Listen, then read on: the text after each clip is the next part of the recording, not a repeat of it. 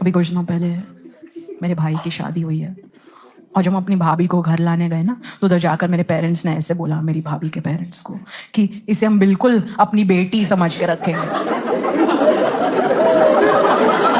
और वो खुश हो गए ये सुनकर। ये तो धमकी है, सर्वनाश का संदेश है ये तो। लौट जाओ मुसाफिर, तुम्हारा कोई नहीं है यहाँ पर। I'm waiting कि कब मेरी मम्मी मेरी भाभी को भी रात में 11 बजे कॉल करके बोलेंगे कि मत आओ घर, बिस्तर वहीं भिजवा देते हैं तुम्हारा, सड़कें नाचती रहो बस।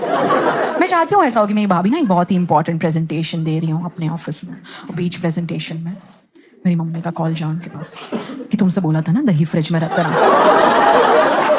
बाहर पड़े पड़े पनीर बन चुका है। पनीर का रायता बना सकते हैं क्या हम? मैं चाहती हूँ मेरी भाभी इस बात का जवाब दे अपनी मीटिंग रोककर अपनी पूरी टीम के सामने कि हाँ sorry mummy sorry.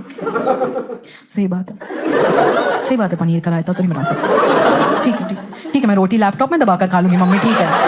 I think if my भाभी स्टेज लॉन्ग इनफ मेरी मम्मी मेरी भाभी को भी शादी के लिए प्रेशर करना शुरू कर देंगी। बेटी की तरह रखेंगे उसे, तो बेटी की तरह रखेंगे क्योंकि बहू की तरह तो मुझे रखता है वो।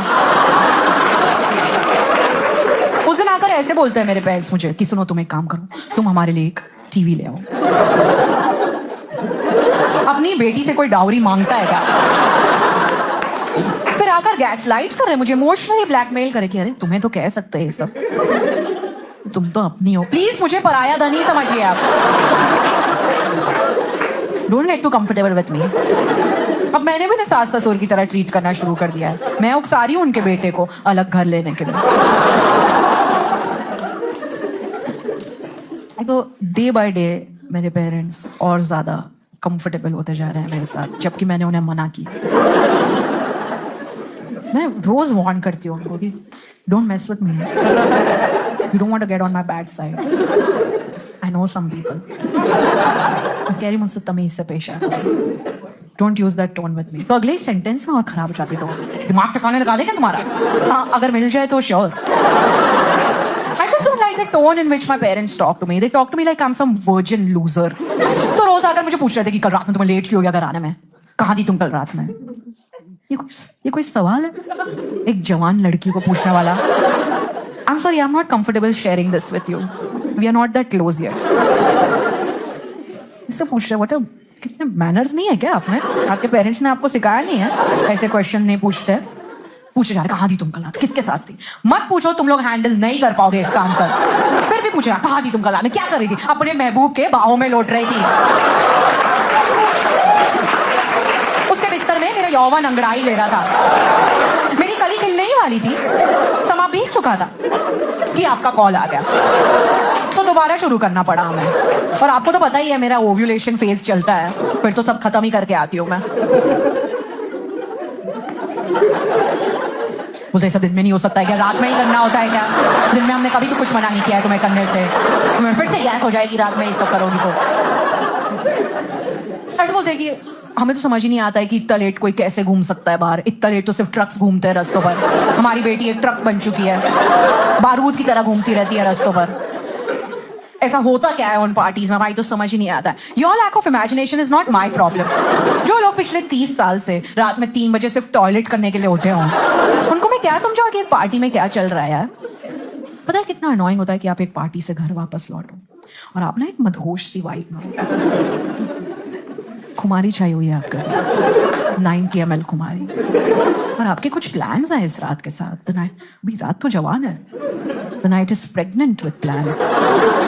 अभी आपने औरों के साथ वक्त बिताया, अब कुछ वक्त आप अपने साथ बिताना चाहते हैं, अपनी अंतरात्मा के साथ कुछ चर्चा करना चाहते हैं। इन्हीं ख्वाहिशों के साथ आप घर पहुंचते हैं, एक्साइटेडली अपने घर का दरवाजा खोलते हैं।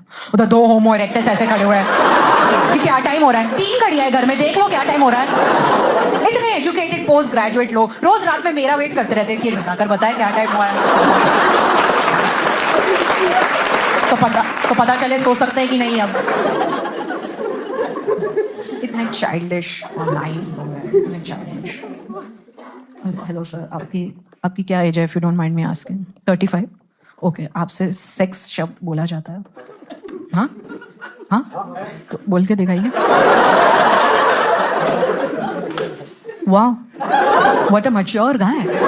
मेरे पेरेंट्स आपसे ऑलमोस्ट डबल हैं एज में, उनसे सेक्स शब्द नहीं बोला जाता है, तो इनडायरेक्ट टर्म्स में कोड लैंग्वेज में सेक्स को रेफर करते रहते हैं कि संस्कार, वैल्यूज, बाउंड्रीज, लिमिट्स सब बोल देंगे, बट उनका मतलब सेक्स ही है। मेरे पेरेंट्स की सारी वैल्यूज का सिर्फ एक मकसद है, बस किसी भी तरीके से ये बाहर जाके सेक्स ना करें। इसके लक्षण हमने बचपन से देखे हैं, इसको मौका मिलेगा तो जरूर करेंगे, बस वही अवॉइड करना है हमें एट एनी कॉस्ट।